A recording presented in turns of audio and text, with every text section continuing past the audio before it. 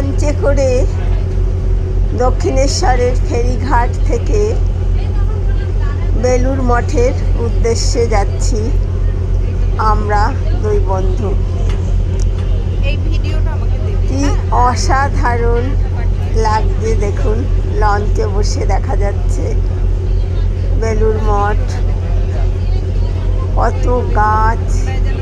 আর জানেন তো, এই প্রথম আমি লঞ্চে উঠলাম, সেই জন্য আরও দারুণভাবে আমি এনজয় করছি।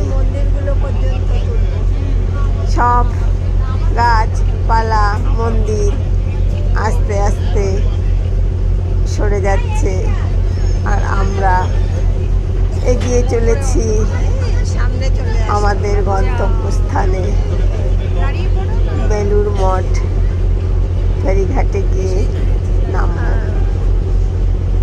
তারপর আবার একটা অটোয় করে বা হেঁটেও চলে যাওয়া যাবে বেলুড় মঠে।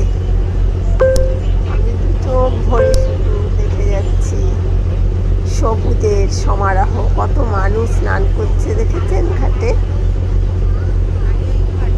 আর সকালবেলা তো ওই জন্য আরও দারুণ লাগছে। আমরা একদম ভোরই বেরিয়ে পড়েছিলাম,